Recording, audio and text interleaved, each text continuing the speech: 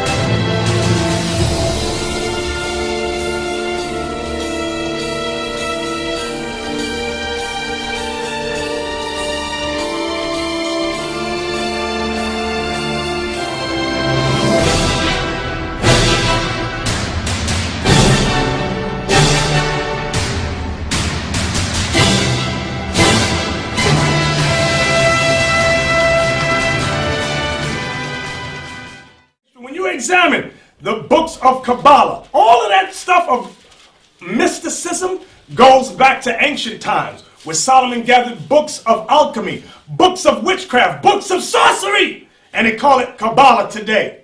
And you can find the seal of Solomon, the 6-pointed hexagram, in there. Now, at Amos chapter 5, verse 26. The book of Amos, chapter 5, verse 26.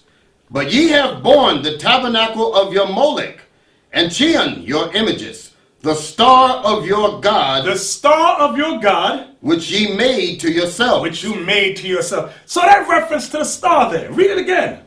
But ye have borne the tabernacle of your Molech. Molech. Remember, Solomon, what we read in Kings. Remember, he started dabbling with Molech. Go ahead. And Chion And Chion. your images. Come on. The star of your God. Because it was a 6-pointed star that was in honor of these false gods. 6-pointed and a 5-point star. Understand that. From there, let's go to Acts. Did you finish? No. Go ahead. Which ye made to yourselves. From there, let's go to Acts chapter 7. Let's go to the New Testament. Because the apostle, the disciple Stephen spoke on this too, historically. Acts chapter 7, verse 43. Acts chapter 7, verse 43. Yea, ye took up the tabernacle of Molech, There goes Molech again.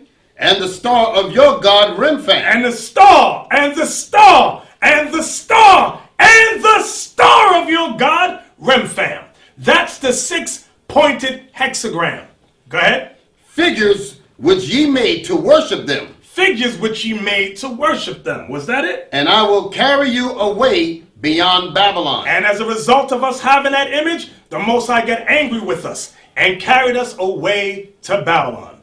Okay, so now, you know what this is showing? That these are ancient symbols, okay? That's why the so-called Jews of today, the so-called white man that claims to be a Jew, what's the symbol on his flag?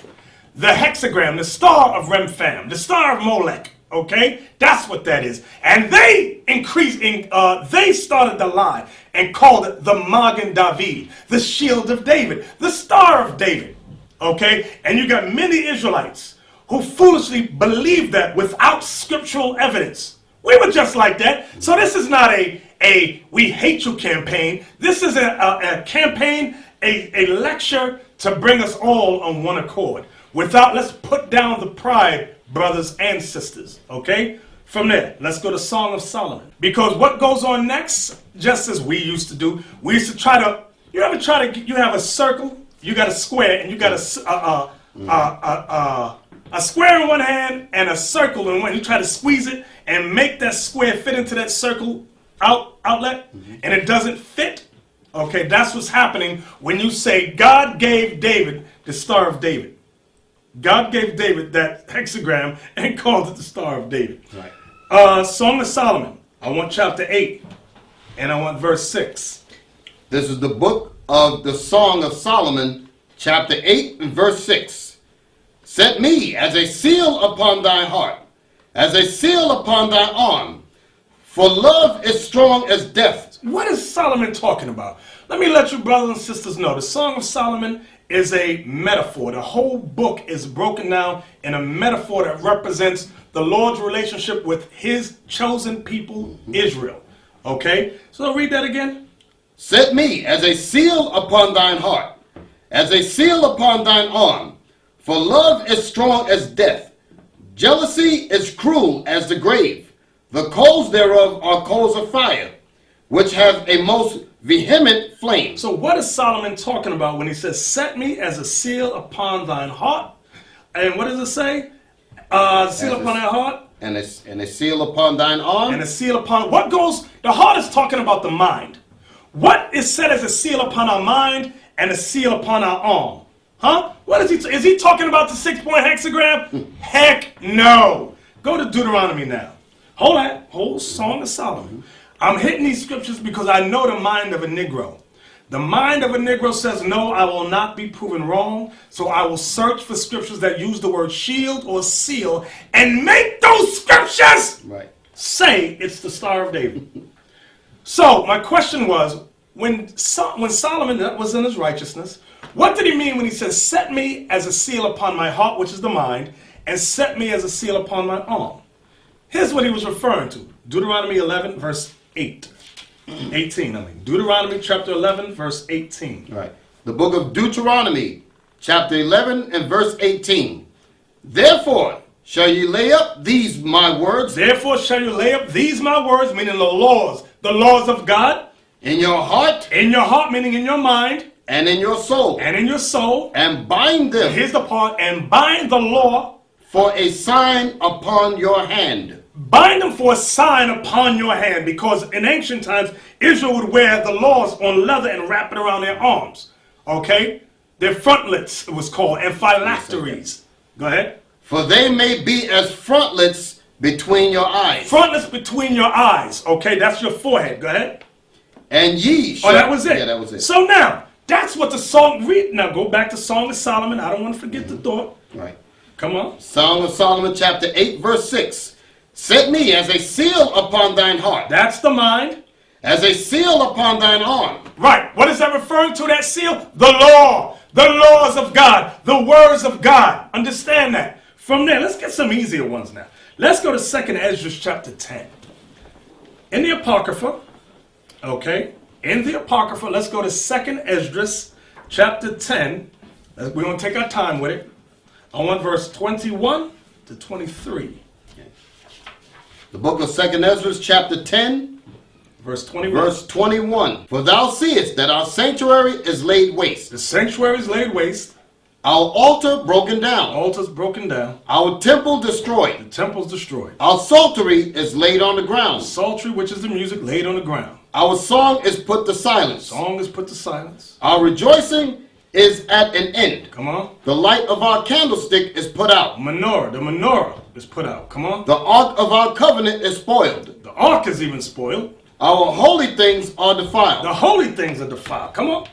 And the name that is called upon us The name that is called upon us is Israel. is almost profane. Is almost profane. Come on. Our children are put to shame. Our children put to shame. Our priests are burnt. Priests are burnt. Our Levites are gone into The captivity. Levites went into captivity. Our virgins are defiled. Virgins defiled. And our wives ravished. Wives were raped.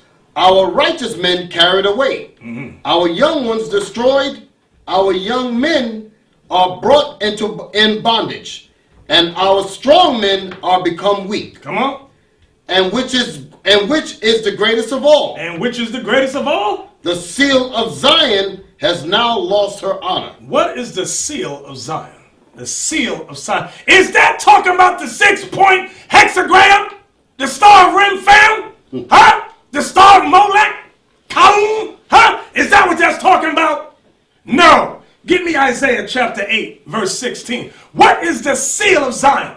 Huh? Let's get that. Isaiah chapter 8 and verse 16. Right. The book of Isaiah, chapter 8 and verse 16. Listen good. Bind up the testimony, seal the law Seal the law among my disciples. among my disciples. Seal the law. The law is the seal. The law is the seal. From there, let's go to Revelation 7 and 4. The book of Revelation, chapter 7 and verse 4. And I heard the number of them which were sealed, and there were sealed 144,000 of all the tribes of the children of Israel. And there was sealed what? And there were sealed 144,000 of all the tribes of the children of I Israel. want you to jump up now. Jump up to, is it verse 3? Saying, hurt not the earth, neither the sea, nor the trees, till we have sealed the servants of our God in their foreheads. What is the seal talking about? Go right back to Isaiah 8 and 16. Right back there. Because some of you right now going, yeah, the star of Renfrew, David. The star of Molech, David. You know, simple as hell. Isaiah chapter 8, verse, we just read it. Y'all should have the thought now. Right. The book of Isaiah chapter 8 and verse 16. Bind up the testimony, seal the law among my disciples. So what is the seal that we got to be sealed with? The law. The law. The law. And guess what? There's nothing else to be said about it. So either if you keep pushing that, that's your own vain opinion. So brothers, sisters, I pray we can all come on one accord and stop following the so-called white man and his lies. And with that, we say shalom.